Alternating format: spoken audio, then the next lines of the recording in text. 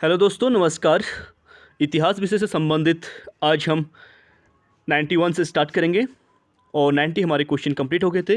उससे पहले प्लीज़ आप लोग वीडियो को लाइक कीजिए, शेयर कीजिए, सब्सक्राइब कीजिए। चलिए स्टार्ट करते हैं। आज का जो पहला क्वेश्चन है हमारा, 1901 ईस्वी के सिंचाई आयोग का अध्यक्ष कौन था? ठीक है, जो 1901 ईस्वी में सिंचाई आयोग बनाया गया था उसका अध्यक्ष पूछा गया है। तो यहाँ पे इसका राइट आंसर हो जाएगा सर सी स्कॉट मॉनक्रीफ, यानी सी इसका राइट आंसर हो जाएगा।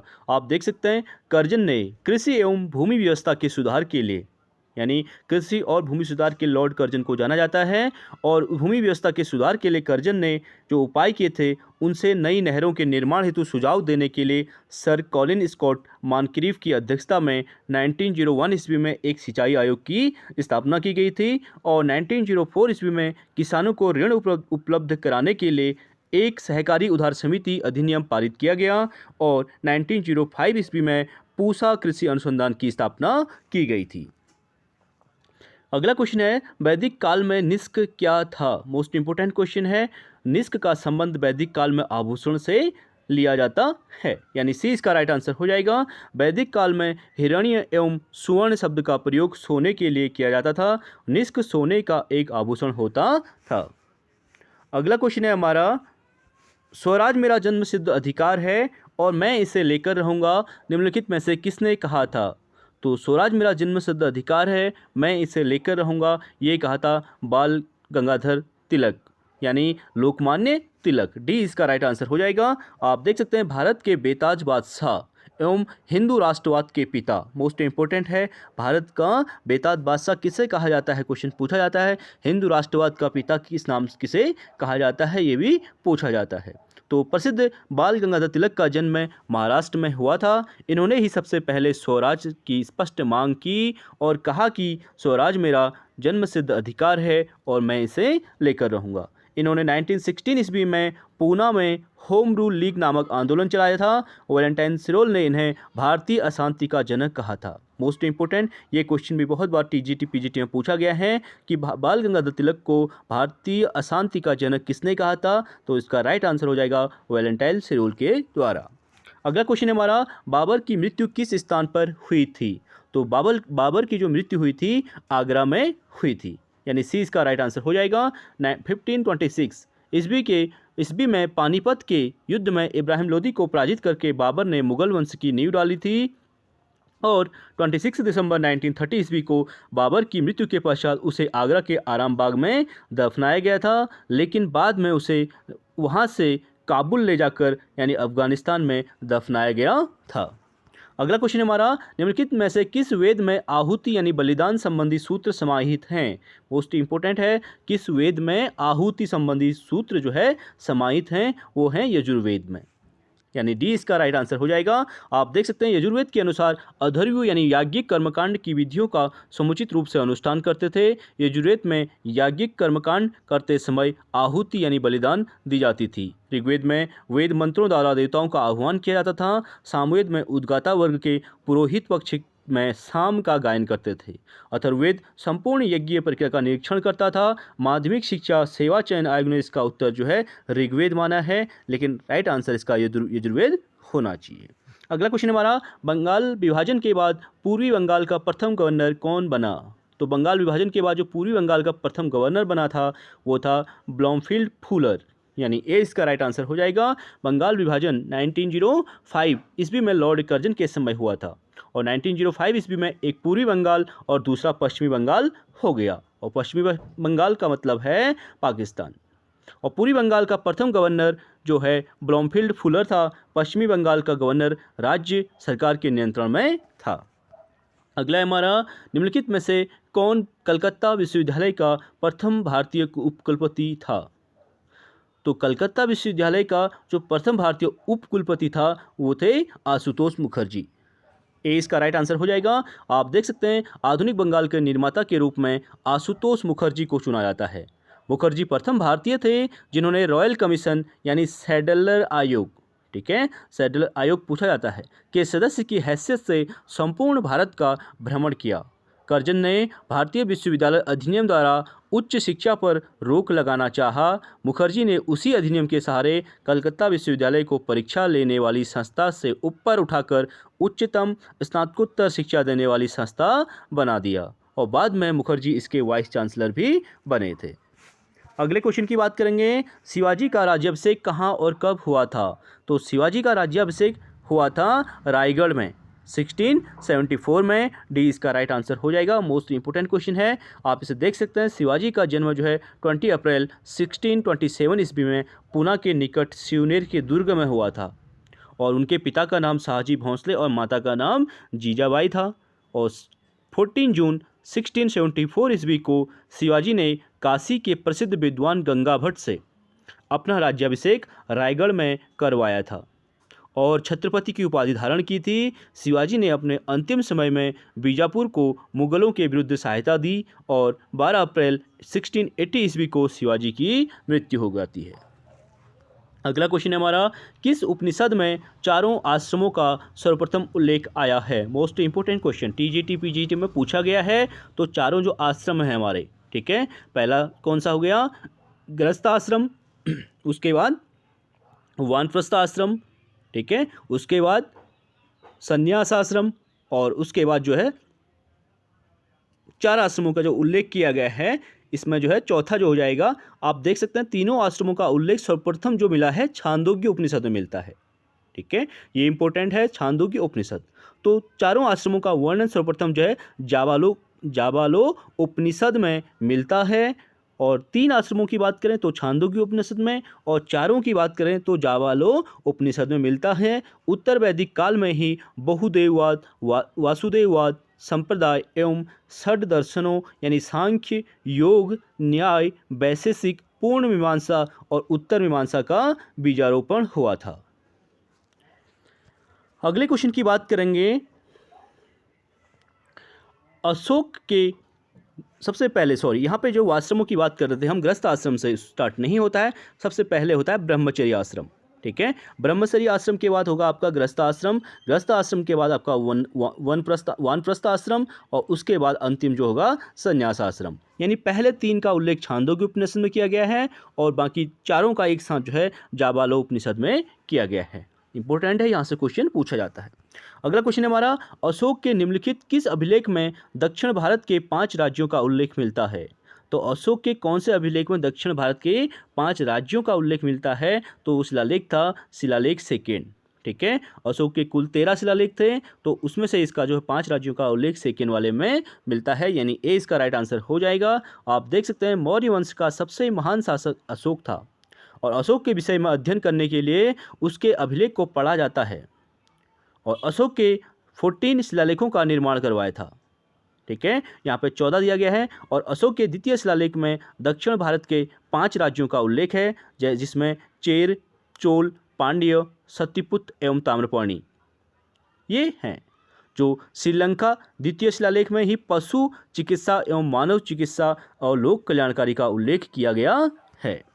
अगला क्वेश्चन हमारा, प्रथम अखिल भारतीय महिला सम्मेलन किस वर्ष हुआ था? इंपॉर्टेंट है, जो प्रथम अखिल भारतीय महिला सम्मेलन हुआ था वो 1927 में हुआ था, यानी ए इसका राइट आंसर हो जाएगा। आप देख सकते हैं प्रथम अखिल भारतीय महिला सम्मेलन 1927 ईस्वी में पुणे में हुआ था और इसकी स्थापना 1927 में मार्गरेट बंधु द्वारा किया गया था। इस संगठन की प्रथम सचिव कमला देवी चट्टोपाध्याय थी और अमृता कौर संस्थापक सदस्यों में से एक थी। इस संगठन का उद्देश्य संकटग्रस्त महिलाओं एवं निराश्रित बच्चों तथा अनाथों के लिए आवास सुनिश्चित कराना एवं उनकी शिक्षा को बढ़ाना था।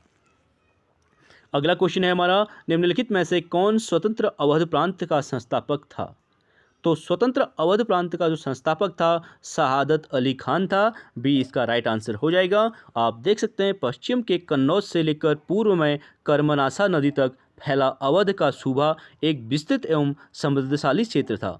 अवध स्वतंत्रता की घोषणा 1722 ईस्वी में सादत खां बुरहानुल मुल्क ने की थी।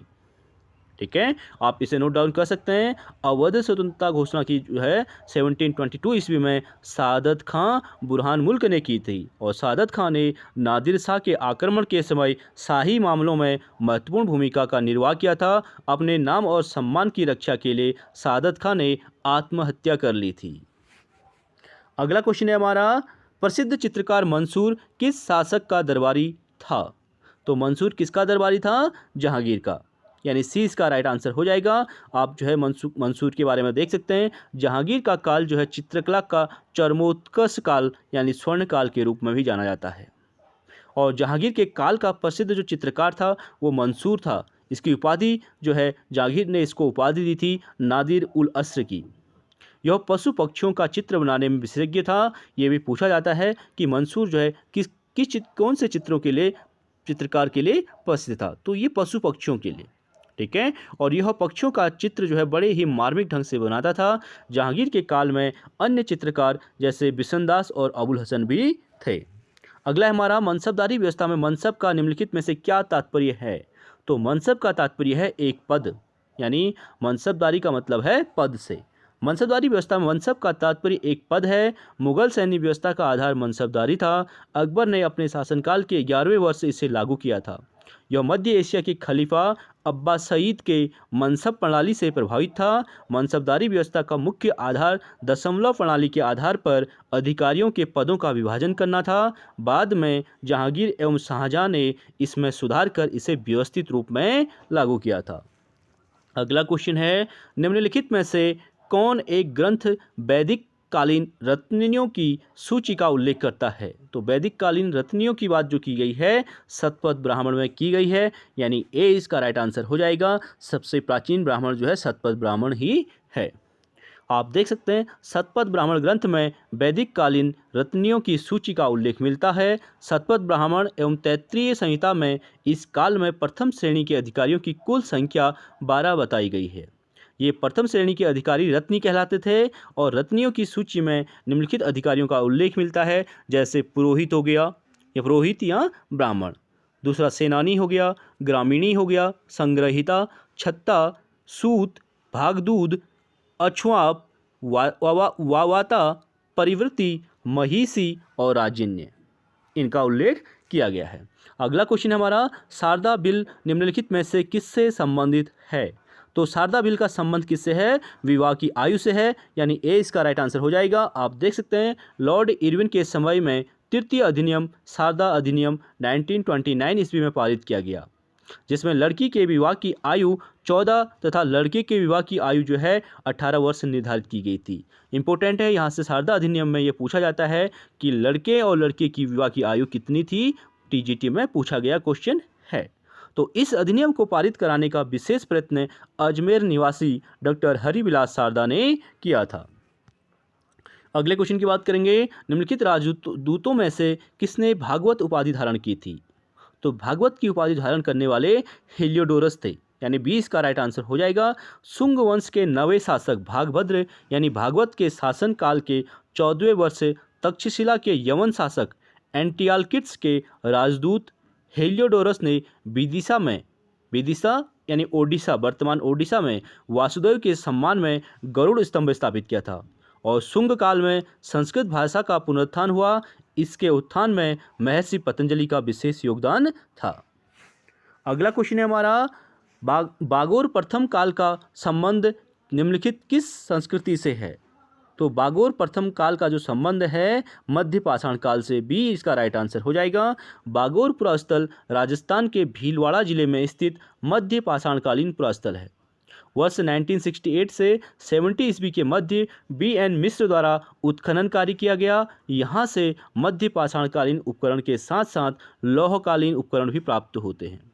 यहाँ से मानव कंकाल, पशुपालन का प्राचीनतम साक्ष्य प्राप्त होता है। आदमगढ़ मध्य प्रदेश से भी पशुपालन का साक्ष्य प्राप्त होता है। अगला क्वेश्चन है, आगरा के किले की मोती मस्जिद का निर्माण निम्नलिखित में से किसने कराया था? इम्पोर्टेंट है, जो आगरा की जो मोती मस्जिद थी उसका निर्माण शाहजहां ने किया था, और जो दिल्ली की मोती मस्जिद है उसका निर्माण औरंगजेब के द्वारा किया गया था। आप देख सकते हैं मुगल काल में शाहजहां का शासनकाल स्थापत्य दृष्टि से स्वर्णकाल था। आगरे के किले में स्थित दीवान आम या फिर दीवान खास और मोती मस्जिद 1654 संगमरमर से निर्मित एवं अन्य प्रसिद्ध इमारतें हैं। और दिल्ली स्थित मोती मस्जिद का निर्माण औरंगजेब ने कराया था। आगरा की मोती मस्जिद अपनी पवित्रता एवं सुंदरता के लिए प्रसिद्ध है। यह आगरा की सभी इमारतों में सबसे आकर्षक है। अगला क्वेश्चन है, इब्न बतूता के अनुसार दीनार नामक स्वर्ण मुद्राओं का प्रचलन किसने कराया था? तो इब्न बतूता के अनुसार, ठीक है, तो दीनार नामक जो स्वर्ण मुद्रा चलाई थी वो चलाई थी मोहम्मद बिन तुगलक यानी एमबीटी के द्वारा। डी इसका राइट आंसर हो जाएगा। आप देख सकते हैं इब्न बतूता 1333 ईस्वी में 1333 में अफ्रीका से भारत आया। उस समय भारत में एमबीटी यानी मोहम्मद बिन तुगलक का शासनकाल था। इब्न बतूता के अनुसार दीनार नामक स्वर्ण मुद्रा का प्रचलन मोहम्मद बिन तुगलक ने कराया। और इब्न बतूता की पुस्तक का नाम रहिला है, मोस्ट इंपोर्टेंट बुक है। मोहम्मद बिन तुगलक ने इब्न बतूता को दिल्ली का काजी नियुक्त किया था।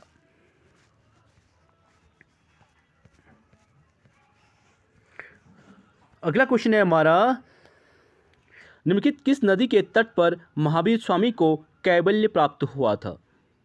तो महावीर स्वामी को कैवल्य यानी ज्ञान प्राप्ति जो हुई थी ऋजुपालिका नदी के तट पर, यानी ए इसका राइट आंसर हो जाएगा।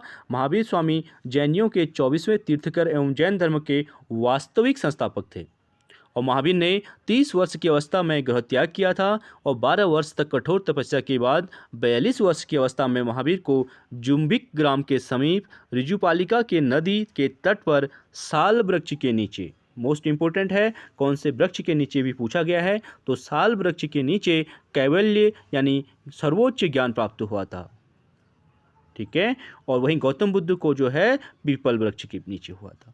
और ज्ञान प्राप्ति के पश्चात उन्हें केवलिन जिन विजेता अहर्त यानी योग्य तथा निर्ग्रंथ यानी बंधन रहित कहा गया है। अगला क्वेश्चन है, सल्तनत काल में दीवान ए वक्फ विभाग संबंधित है। मोस्ट इंपोर्टेंट क्वेश्चन टीजीटी में पूछा गया है, दीवान ए वक्फ का संबंध किससे है? तो दीवान ए वक्फ का जो संबंध है वो है ए इसका राइट आंसर हो जाएगा, यानी व्ययी कागजात की देखभाल करने वाला जो अधिकारी होता था उसे दीवान ए वक्फ के नाम से जाना जाता था। आप देख सकते हैं खिलजी वंश के संस्थापक जलालुद्दीन खिलजी था। उसने एक व्यय विभाग का निर्माण किया जिसको दीवान ए वक्फ कहा जाता है, जिसका कार्य व्यय के कागजों की देखभाल करना था, उन कागजातों को सुरक्षित रखना जो भूमि से संबंधित थे। अगला क्वेश्चन है हमारा, सतनामियों का विद्रोह किसके शासनकाल में हुआ था? तो सतनामियों का जो विद्रोह हुआ था वो औरंगजेब के शासनकाल में हुआ था, यानी सी इसका राइट आंसर हो जाएगा। 1672 ईस्वी में किसानों और मुगलों के बीच मथुरा के निकट, ठीक है, नारनौल नामक स्थान पर एक युद्ध हुआ जिसका नेतृत्व जो है सतनामी नामक एक धार्मिक संप्रदाय ने किया था। और सतनामी विद्रोह की शुरुआत एक सनातनी और एक मुगल सैनिक अधिकारी के बीच झगड़े को लेकर हुआ। इस विद्रोह को दबाने में स्थानीय हिंदू जमींदारों ने मुगलों का साथ दिया था। तो सतनामियों का जो विद्रोह है इम्पोर्टेंट हो जाता है, तो इसीलिए औरंगजेब के शासनकाल में ही ये माना जाता है। सी इसका राइट आंसर हो जाएगा। अगले क्वेश्चन की बात करेंगे, निम्नलिखित में से किसने 1802 में ब्रिटिश ईस्ट इंडिया कंपनी के साथ वेसिन की संधि की थी? तो वसीन की संधि जो की थी बाजीराव द्वितीय के द्वारा की गई थी। डी इसका राइट आंसर हो जाएगा। 1800 ईस्वी में नाना फडणवीस की मृत्यु के पश्चात मराठे जो है अस्थिर हो गए थे तथा आपस में संघर्ष करने लगे। और पेशवा बाजीराव द्वितीय जो रघुनाथ राव का पुत्र था, एक षड्यंत्रकारी व्यक्ति था। सिंधिया से पराजित होने के पश्चात उसने 1802 को अंग्रेजों के साथ वसीन की संधि किया, जिसमें निम्नलिखित प्रावधान थे। कौन से प्रावधान थे? पेशवा ने ब्रिटिश संरक्षण स्वीकार कर ब्रिटिश सेना को पूना में रखना स्वीकार कर दिया। ठीक है, इससे पहले जो है अंग्रेजों को संरक्षण नहीं दिया गया। पेशवाओं ने उनको कभी भी अपनी सीमा में सेना रखने का स्वीकार जो है कभी नहीं किया। और दूसरा है, उसने गुजरात, ताप्ती और नर्मदा के मध्य के प्रदेश तथा तुंगभद्रा नदी के समीप के प्रदेश जिनकी आय 26 लाख रुपये थी कंपनी को देना स्वीकार कर दिया। और तीसरा था, पेशवा ने सूरत नगर अंग्रेजों को सौंप दिया। सूरत बोले तो गुजरात का। और चौथा है विदेशी मामले कंपनी को दे दिए तथा ब्रिटिश विरोधी सभी यूरोपीय लोगों को सेना से बाहर कर दिया गया और प्रत्यक्ष रूप से भारत का साम्राज्य मिला गया। इस संधि से ब्रिटिश सर्वोच्चता स्थापित हुई तथा कंपनी को प्रत्यक्ष रूप से भारत का साम्राज्य मिला गया और सिंधिया तथा भोंसले जैसे मराठा नेताओं ने इसका प्रबल विरोध किया था। अगला क्वेश्चन है हमारा, अशोक के किस अभिलेख का का उत्कीर्णन किया गया है? यानी अशोक के किस अभिलेख में मोर का जो उत्कीर्णन हुआ है वो हुआ है लौरिया नंदनगढ़ स्तंभलेख में, यानी ए इसका राइट आंसर हो जाएगा। आप देख सकते हैं अशोक ने 2 प्रकार के स्तंभों का लेख उत्कीर्ण करवाए थे और एक बृहद स्तंभलेख, दूसरा लघु स्तंभलेख। और बृहद स्तंभलेखों की संख्या 7 थी। ये 6 स्थानों पर उत्कीर्ण कराए गए थे, जिसमें से अशोक ने लौरिया नंदनगढ़ स्तंभलेख पर मोर का उत्कीर्णन कराया था। अगले क्वेश्चन की बात करेंगे, निम्नलिखित गुप्त शासकों में से सर्वप्रथम किसने रजत मुद्राएं जारी कराई? इंपॉर्टेंट क्वेश्चन है, गुप्त शासकों में पूछा गया है कि सबसे पहले रजत मुद्राएं किसने जारी कराई थी? तो ये कराई थी चंद्रगुप्त द्वितीय यानी विक्रमादित्य ने। बी इसका राइट आंसर हो जाएगा। आप देख सकते हैं चंद्रगुप्त द्वितीय ने शक मुद्राओं के अनुकरण पर ही चांदी के सिक्के उत्कीर्ण करवाए थे और पश्चिमी शक विजय के फलस्वरूप उसने व्याघ्र शैली के सिक्के उत्कीर्ण करवाए और विक्रमादित्य तथा सकारी की उपाधि धारण की थी। और चंद्रगुप्त द्वितीय की दिग्विजयों का उल्लेख उसके उदयगिरी अभिलेख से प्राप्त होता है। अगला क्वेश्चन है हमारा, निम्नलिखित में से किस ग्रंथ में जलप्लावन की कथा का वर्णन है? मोस्ट इंपॉर्टेंट क्वेश्चन है, पूछा गया है टीजीटी में। तो जलप्लावन की जो कथा का वर्णन है वह शतपथ ब्राह्मण में किया गया है। आप देख सकते हैं शतपथ ब्राह्मण जो है यजुर्वेद का ब्राह्मण है और शतपथ ब्राह्मण का उल्लेख के आधार पर माना जाता है कि वैवस्वत मनु के समय में ही एक ऐसा जलप्लावन आया था जिसके कारण प्रलय जैसी स्थिति उत्पन्न हो गई थी। अगला क्वेश्चन है हमारा, इब्न बतूता को किसने दिल्ली का काजी और चीन का राजदूत नियुक्त किया था? तो किसने किया था? मोहम्मद बिन तुगलक ने, यानी MBT के द्वारा।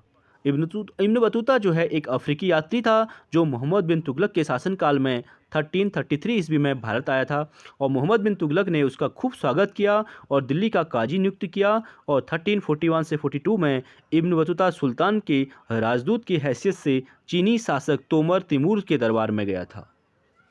अगला क्वेश्चन है हमारा, हुमायूंनामा को किसने लिखा था? मोस्ट इंपोर्टेंट बुक है हुमायूंनामा। तो ये लिखी गई थी गुलबदन बेगम के द्वारा, यानी हुमायूं की सिस्टर यानी बहन के द्वारा। हुमायूंनामा की रचना गुलबदन बेगम ने की थी। यह हुमायूं की बहन थी। इस ग्रंथ के एक खंड में बाबर का इतिहास तथा दूसरे खंड में हुमायूं का इतिहास मिलता है। गुलबदन बेगम ने हुमायूंनामा में उल्लेख किया है कि बाबर की मृत्यु इब्राहिम लोदी की माता के द्वारा दिए गए विष से हुई थी। ये गुलबदन बेगम ने उसमें ऐड किया है। अगला क्वेश्चन है हमारा, राज दरबार में मीर ए तुजुक शब्द का प्रयोग किया जाता था। तो राज दरबार में मीर ए तुजुक का संबंध जो है किससे है? तो ये चारों में से एक भी ऑप्शन इसमें नहीं है। आप देख सकते हैं मीर ए तुजुक प्रमुख सचिव होता था। इसका कार्य राजस्व को ठीक करना, यह धर्मानुष्ठान का अधिकारी होता था। इसका कार्य जो है धार्मिक उत्सवों आदि का प्रबंध करना था, एक प्रकार से पंडित की तरह कार्य करना। ठीक है, इसीलिए इसमें ऑप्शन नहीं है। और अगले क्वेश्चन की बात करेंगे, किस ग्रंथ में अवतारवाद की चर्चा की गई है? Most important question. तो अवतारवाद की जो चर्चा की गई है भगवत गीता में की गई है, यानी डी इसका राइट आंसर हो जाएगा। आप देख सकते हैं अवतारवाद की चर्चा का उल्लेख सबसे पहले आपको भगवत गीता में मिलता है। नारायण, नरसिंह एवं वामन दैवीय अवतार माने जाते हैं और शेष 7 मानवीय अवतार माने जाते हैं। वासुदेव कृष्ण सहित 4 वृषणी वीरों की पूजा की चतुर्व्यूह के रूप में कल्पना की गई है और चतुर्व्यूह पूजा का सर्वप्रथम प्रयोग जो है विष्णु संहिता में मिलता है। अगला क्वेश्चन हमारा, निम्नलिखित में से किसके लिए तूतीय हिंद उपनाम का प्रयोग किया गया था? तो मोस्ट इंपोर्टेंट क्वेश्चन है ये भी। तूतीय हिंद का नाम जो प्रयोग किया गया था वो अमीर खुसरो होना चाहिए यहाँ पे। इसका बी राइट आंसर हो जाएगा, यानी अमीर खुसरो। आप देख सकते हैं अमीर खुसरो जो है प्रसिद्ध सूफी संत निजामुद्दीन औलिया के शिष्य थे। किसके थे? निजामुद्दीन औलिया। तो निजामुद्दीन औलिया ने अमीर खुसरो को तूतीय हिंद की उपाधि से विभूषित किया। अमीर खुसरो का जन्म 1253 ईस्वी में पटियाली उत्तर प्रदेश में हुआ था। इसका पूरा नाम अबुल हसन यामीन उद्दीन खुसरो था। इन्होंने दिल्ली के 8 सुल्तानों का कार्यकाल देखा था। ये इंपॉर्टेंट है, यहाँ से क्वेश्चन पूछा गया है कि अमीर खुसरो ने कितने शासकों का शासन कार्यकाल देखा था। तो बलबन के पुत्र शाहजहां मोहम्मद के समय में अपना साहित्यिक जीवन प्रारंभ किया था। और इसकी प्रमुख रचनाओं की बात करें तो मसनवी, दीवान, किरान उस सादेन, मिफ्ता उल फुतू, नूह सिपेहार, मोस्ट इंपॉर्टेंट नूह सिपेहार पूछी गई है, और आशिक, तुगलकानामा और खजाइन उल फुतू, ये अमीर खुसरो की पुस्तकें हैं। अगला है, मौर्य के समय समाहर्ता का क्या कार्य था।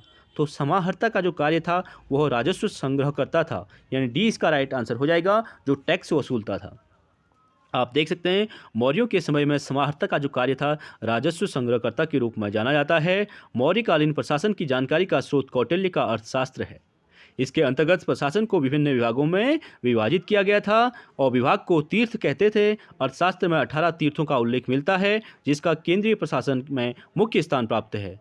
ये स्थान है जैसे मंत्री है, पुरोहित सबसे पहले, उसके बाद समाहर्ता राजस्व विभाग का प्रमुख होता था, उसके बाद सन्निधाता जो राजकीय कोषागार का प्रमुख होता था, उसके बाद सेनापति, उसके बाद युवराज और अंत में प्रदेष्टा जिसे फौजदारी न्यायालय या कंटक शोधन या फिर न्यायाधीश इत्यादि के नाम से जाना जाता था।